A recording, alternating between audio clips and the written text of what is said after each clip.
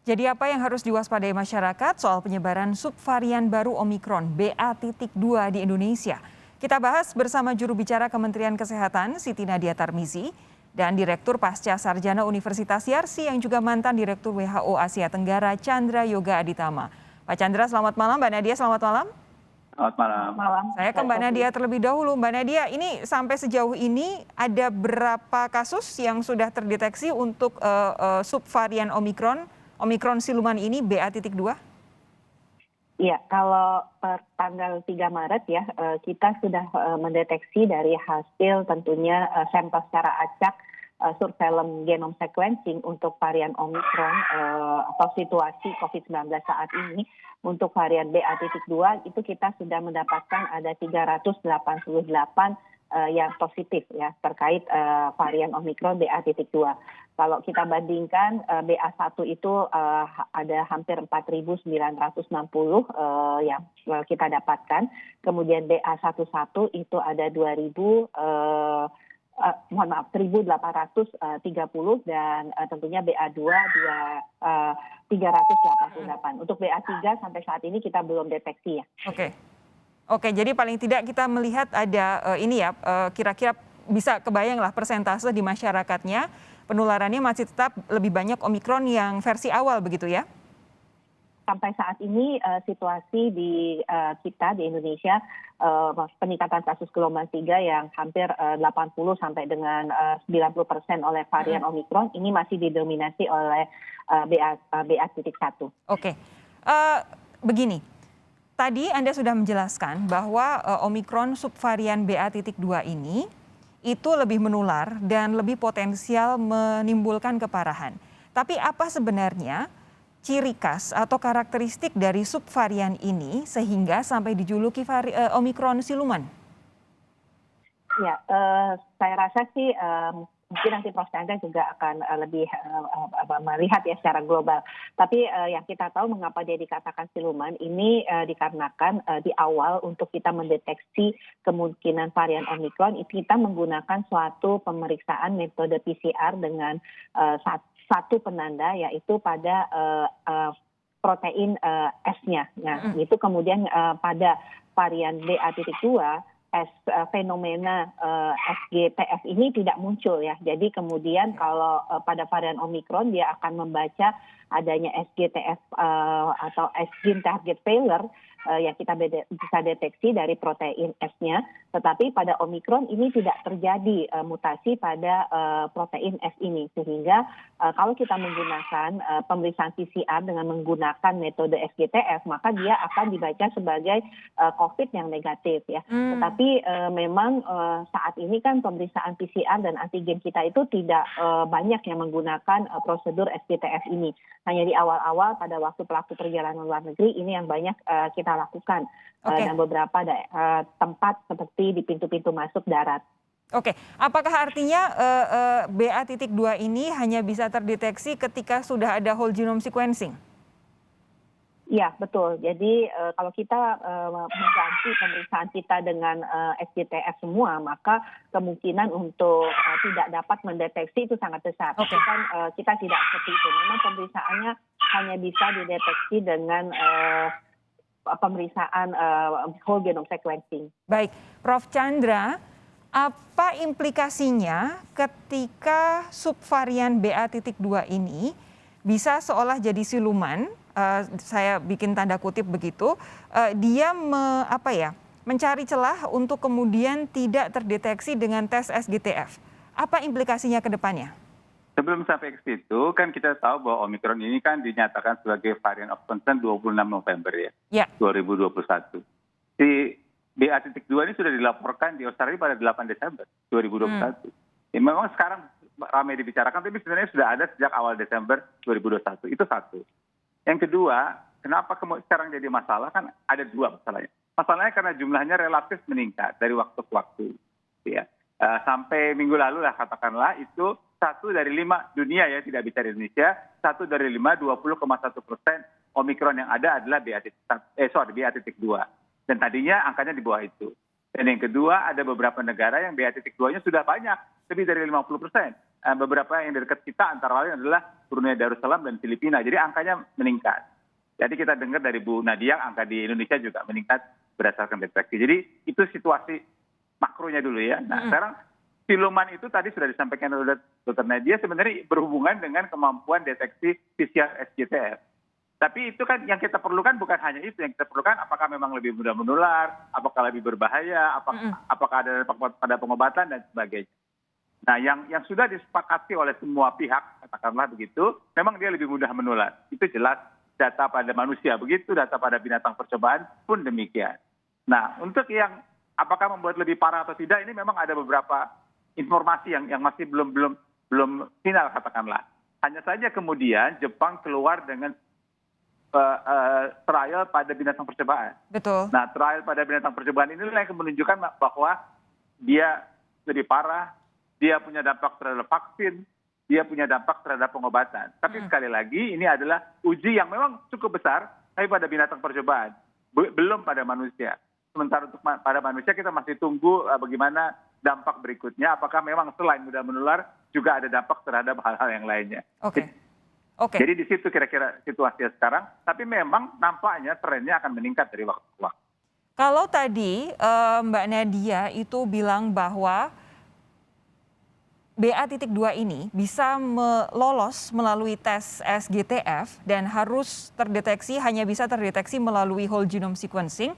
Apakah ada kemungkinan, Prof. Chandra, bahwa sebenarnya persentase kasusnya, kita kan whole genome sequencing kan nggak bisa semua kita bikin sequencing ya, tapi apakah sebenarnya persentase kasusnya sebenarnya lebih besar daripada yang bisa kita deteksi? Itu yang sebenarnya saya mau katakan dari tadi. Jadi tren di dunia ini BA.2 itu meningkat.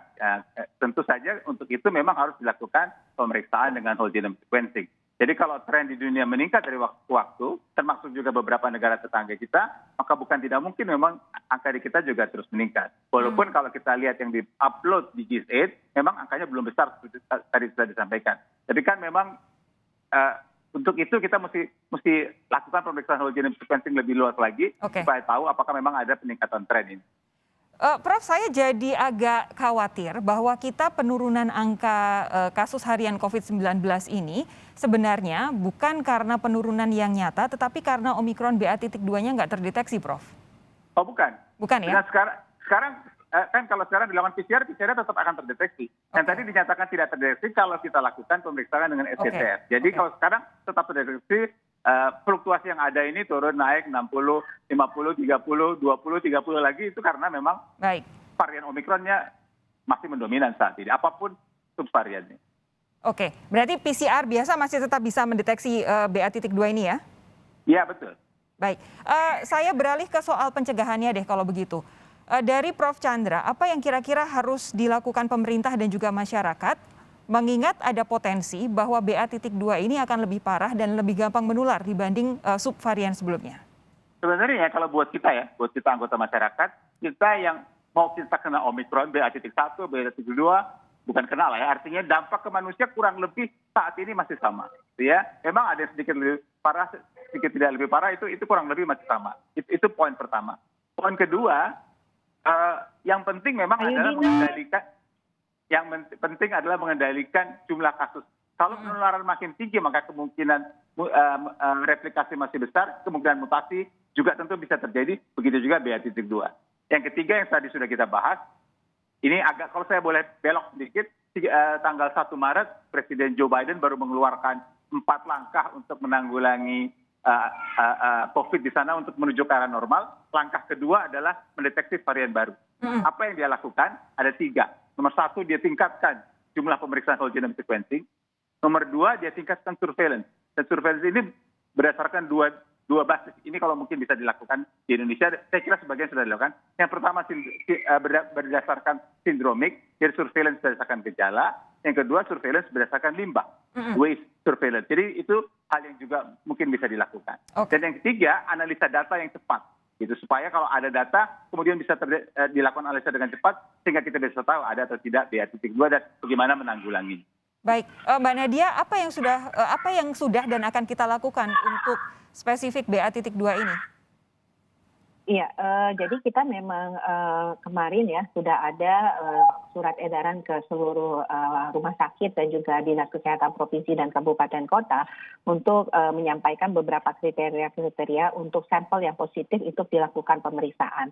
Tapi memang artinya kita tetap memantau ya polanya. Betul sekali yang dikatakan Prof. Chandra bahwa beberapa negara seperti Brunei Darussalam, Cina, India, Nepal, Pakistan, dan Filipina yang tadi Prof. Chandra sampaikan itu memang BA.2-nya sudah lebih dari 50%.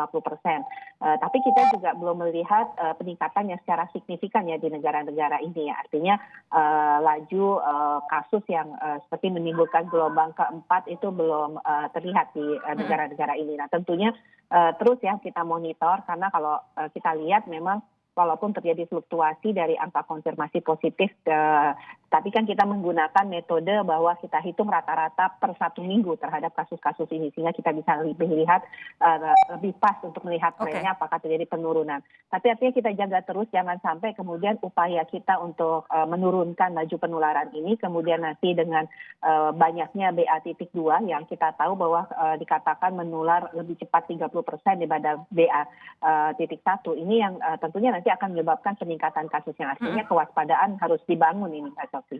Baik, begini, ini kan selama ini beberapa pejabat di Indonesia yang berperan dalam pengendalian COVID-19 di Indonesia itu kan selalu menyatakan bahwa kita mempelajari kebijakan-kebijakan di negara lain, kita melihat negara ini, kita melihat negara itu. Salah satu yang selalu jadi rujukan, salah satu yang jadi rujukan adalah CDC di Amerika Serikat.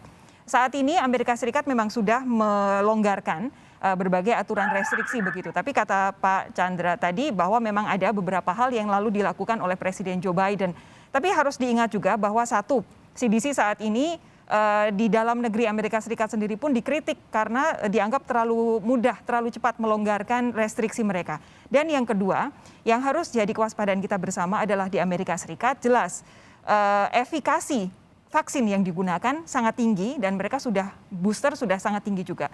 Sementara di Indonesia, mayoritas warga adalah menggunakan Sinovac untuk suntikan pertama dan kedua, kemudian booster dengan berbagai macam merek yang sudah disediakan. Yang jadi masalah, 2 Sinovac plus 1 Pfizer ini, bahkan di kita setengah dosis, sebenarnya lebih rendah kemungkinan antibodinya dibandingkan hanya 2 mRNA saja. Bagaimana cara kita bisa menavigasi disparitas ini supaya dalam pengambilan kebijakan, mengingat akan ada potensi BA.2 ini, Indonesia mengambil kebijakan yang tepat dan tidak kemudian membahayakan masyarakat? Ya, jadi pertama betul ya bahwa bagian besar untuk vaksin primer itu vaksin Sinovac memang mendominasi ya. Kalau kita lihat dari total kebutuhan kita sekitar 420 juta dosis ya, itu kurang lebih 150 jutanya itu adalah dari Sinovac. Tetapi dengan kebijakan yang homologus dan heterologus itu tentunya menyebabkan terjadinya bahwa proteksi itu bukan hanya dari satu atau proporsi terbesar daripada vaksin Sinovac. Karena bahkan sekarang kan kita sudah mengambil kebijakan untuk Sinovac sendiri tidak digunakan untuk vaksin booster ya, lebih pada prioritaskan kepada anak-anak. Jadi hanya diberikan booster ini adalah AstraZeneca, kemudian Moderna dan sebagainya. Jadi dengan variasi tadi, dengan berbagai jenis platform, kita melihat bahwa mungkin efikasi yang kurang tadi akan bisa kembali mencapai titik yang sama ya, karena kemudian kan booster ini prinsipnya meningkatkan efikasi dari masing-masing vaksin. Oke, Prof. Chandra sedikit, saya punya sedikit waktu untuk Anda, tinggal sedikit ini. Apa yang bisa Anda sampaikan soal vaksinasi, booster dan juga kebijakan pemerintah Indonesia untuk mulai mengurangi restriksi ini dalam beberapa pekan ke depan? Pertama soal vaksin dulu ya, jadi Mbak Sofi sudah sangat jago mRNA dan sebagainya. Memang lebih banyak, jujur saja lebih banyak penelitian yang keluar tentang dampak positif mRNA baik untuk vaksin primer maupun vaksin booster. Itu satu. Yang kedua, kita sudah tahu bahwa dengan berjalannya waktu, efikasi vaksin dan efikasi booster akan turun.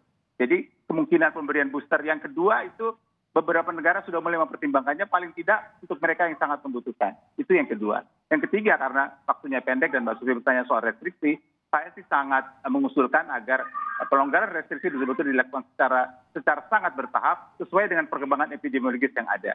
Memang kita bersyukur kasus sudah turun, tapi kita mesti melihat juga penurunan positivity rate, kita mesti melihat juga penurunan reproductive number, dan saya berulang kali menyampaikan, walaupun Bu Nadia barangkali juga nggak setuju gitu ya, tentang jumlah yang meninggal ya. Bagaimanapun kalau menurut pendapat saya jumlah meninggal 200-300 ini masih terlalu tinggi, walaupun jauh lebih rendah dari Delta, tapi karena kita pernah punya jumlah meninggal yang 5 orang, jadi sudah naik cukup tinggi. Ini harus semua turun sambil berjalan, sambil diturunkan. Tapi saya percaya bahwa memang akan dilakukan sesuatu secara bertahap. Memang tidak mungkin keputusan secara cepat untuk abruptly gitu. Oke, pasti harus dibuka. Kita semua butuh ekonomi untuk bergerak, tetapi harus berhati-hati dengan melihat berbagai macam aspek yang terjadi di Indonesia. Terima kasih Pak Chandra, terima kasih Mbak Nadia sudah bergabung malam hari ini di Sapa Indonesia Malam. Sehat terus ya.